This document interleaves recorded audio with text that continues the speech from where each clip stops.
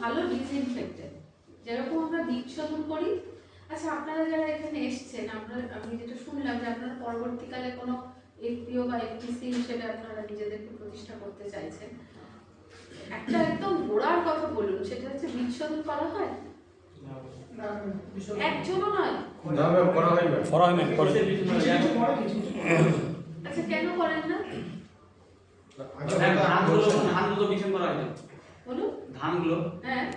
ধান যেরকম ভালো সরষে যদি হয় কিনা ওখান থেকে ছাট করে বড়গুলো ভুট্টা করি না। আপনারা কি বীজ শোধন ব্যাপারটা বুঝলেন? কি করেন বীজ শোধনে?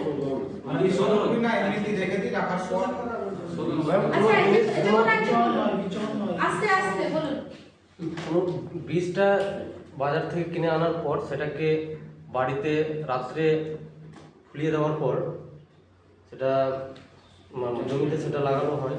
এবং যদি ওই বীজটাকে যদি কোনো একটা মেডিসিন বা একটা মেডিসিন বলে ম্যানকোজেব না কি দিয়ে, ওই ম্যানকোজেব যদি শোধন করা হয় তাহলে পোকামাকড় থেকে অনেকটাই রক্ষা পাবে এবং গাছটাও ঠিকঠাক ভালো। কিছুটা কাছাকাছি গেছে, আমি শুনতে চাইছিলাম তোমার থেকে। ব্যাপারটা হচ্ছে যেরকম বাচ্চাদের জন্মানোর পর টিকা দেওয়া হয়, তো কেন দেওয়া হয়? যে সমস্ত দুরারোগ্য ব্যাধিগুলো যাতে না হয়, বা হলেও তার প্রকোপ খুব কম হয়, যাতে তার প্রাণঘাতী ব্যাপারটা না হয়। সেরকম ফসলের টিকাকরণ হচ্ছে বীজ শোধন। মানে যে কোনো ফসলের বীজ, what ever maybe the thing, আপনি সবজি লাগাচ্ছেন, ফুল লাগাচ্ছেন, ফলের চারা লাগাচ্ছেন, কিংবা মেঠো ফসল যাই হোক, তার বীজ অথবা বিচন। যখন আপনি পটল চাষ করেন তখন তো পটলের লতাটা কেটে লাগানো হয়, যখন আলু চাষ করা হয় তখন বীজ আলু লাগানো হয়। এতে এইগুলোকে আমরা বিচন বলি। কলা লাগাচ্ছেন, কলার তেউল লাগাচ্ছেন। আর যখন আমরা বীজ থেকে চারাটা ফোটাচ্ছি সেটা বীজ। তাহলে এই বীজ বা বিচন একে লাগানোর আগে আমাকে শোধন করে নিতে হবে, এটাই বীজ শোধন। শোধন করার জন্য উনি যেটা বললেন যে ম্যানকোজেব দিয়ে, আমি বলছি যে না, ম্যানকোজেব খুব ভালো নয় বীজ শোধনের জন্য। বীজ শোধনের জন্য হচ্ছে যে কোনো সর্বাঙ্গবাহী মানে সিস্টেমিক ওষুধ যেটা আপনারা বলেন, সেরকম কার্বেন্ডাজিম হচ্ছে খুব সহজ ডোজের একটা সিস্টেমিক ফাঙ্গিসাইড, মানে ছত্রাকনাশক ওষুধ। তো এর পদ্ধতিটা কিন্তু অসম্ভব সোজা। মানে যতগুলো কৃষি কাজের ধাপ আছে, এই কারোর কথা বলার হলে বাইরে গিয়ে কথা বলুন, নো প্রবলেম। ফোন করলে বাইরে গিয়ে ফোনটা করে আসবে না। যতগুলো ধাপ আছে কৃষি কাজে, তার মধ্যে সবচেয়ে সহজ কাজ হচ্ছে বীজ শোধন করা। কিভাবে করবো?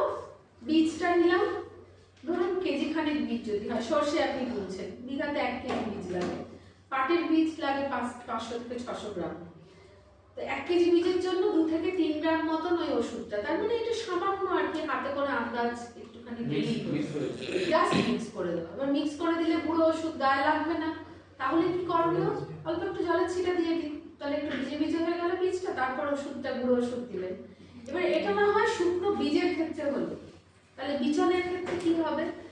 বিচন মানে ওই যা যা আমরা চারা লাগাই বা ধরুন কোনো গাছের কেটে নেওয়া অংশ হোক, বীজ আলু হোক, বীজ ওল হোক, তেউল হোক, তাহলে তাকে আমাকে লাগলে তো শুকনোটা দিয়ে তার ভালো কাজ হবে না, তাহলে ঠিক তাই তাকে আমি ভিজিয়ে রাখবো। তাহলে তখন ভিজিয়ে রাখার জন্য একটা জল লাগবে, জলীয় দ্রবণ লাগবে। কিভাবে করবো? ধরুন 1 লিটার যদি জল হয়, তার মধ্যে যে ওষুধটা বলছি, যে সাফ, বেশ বলছেন 2 গ্রাম, ঠিক আছে চলো 2 গ্রামই দিন। বীজ শোধনের ব্যাপারে আরেকটা জিনিস বললি, যদি 2 গ্রাম ছেড়ে 3 গ্রাম হয়ে যায় তাতেও কোনো ক্ষতি নেই।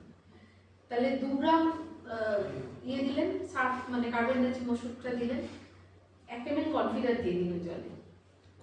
হ্যাঁ, কনফিডার পোকা মারা ওষুধ, যেটা প্রচন্ড আপনাদের প্রচলিত কীটনাশক। কনফিডার ছাড়া অন্য ওষুধ ভালো, অন্য যে কোনো সিস্টেমিক ওষুধ সেটাও ব্যবহার করতে পারেন। এটা কিন্তু স্প্রে করার ডোজ কখনোই নয়, এটা হচ্ছে বিচন শোধনের জন্য। 1 লিটার 1 ml কনফিডার দিয়ে নিয়ে, আর একটা স্টেপ্টোসাইক্লিন ক্যাপসুল। স্টেপ্টোসাইক্লিন ক্যাপসুল দেখবেন ফার্মেসিতে পাওয়া যায়, আমাদের ওষুধের মানে কৃষি ওষুধের দোকানে নয়, ফার্মেসিতে মুখে খাওয়ার ওষুধ। এটা ক্যাপসুল, একটা ক্যাপসুল ভেঙে দিয়ে দিন, স্টেপ্টোসাইক্লিন, ঠিক আছে? তাহলে 3 রকম ওষুধ দিলেন।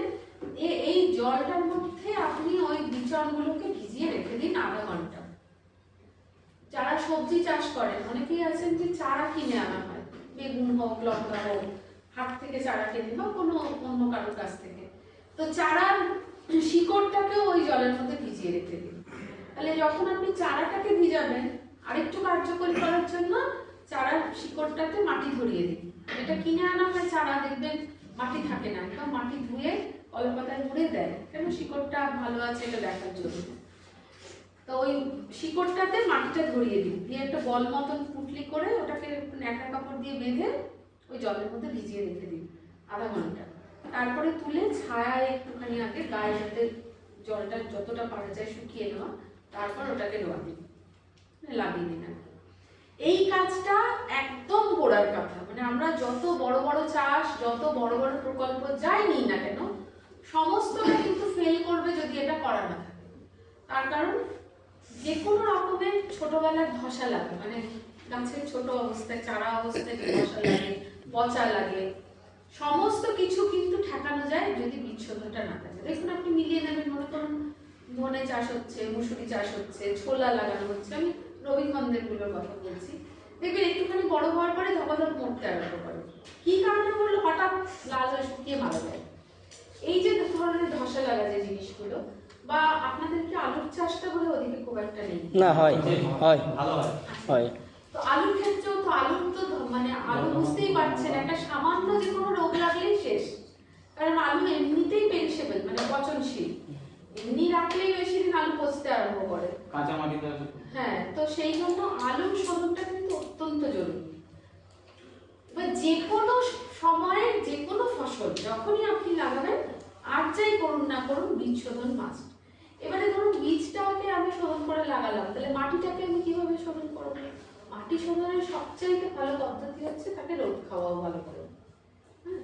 আর যারা হচ্ছে, আমি একটু মিলিয়ে মিশিয়ে বলছি, কেন বলছি তার কারণ আমাকে একটু অন্যরা বলছিলেন যে আপনাদের ওইভাবেই ব্যাপারটাকে ধরিয়ে দেবো, যে চাষটাকে আপনি কিভাবে অ্যাডপ্ট করবেন, যেটা করলে আপনার ভ্যালু অ্যাডিশন প্রোডাক্ট আপনি আসতে পারেন আলটিমেটলি। তো যারা ধরুন বীজতলা তৈরি করেন, যে কোনো বীজতলা, আপনি ধানের বীজতলায় হোক আর ফুলকপির বীজতলায় হোক, বীজতলা তো বীজতলা, বীজতলা দেখবেন সবসময় সব চাষি এটা করেই থাকেন, একটু সরু করে লম্বা, মানে ফালি ফালি দিয়ে বীজতলাটা করা হয়। কেন বলুন তো? তার কারণ হচ্ছে বীজতলার মধ্যে কখনো ঢুকে কোনো পরিচর্যা করা যায় না। বীজতলা আর সার গর্ত এমন একটা জিনিস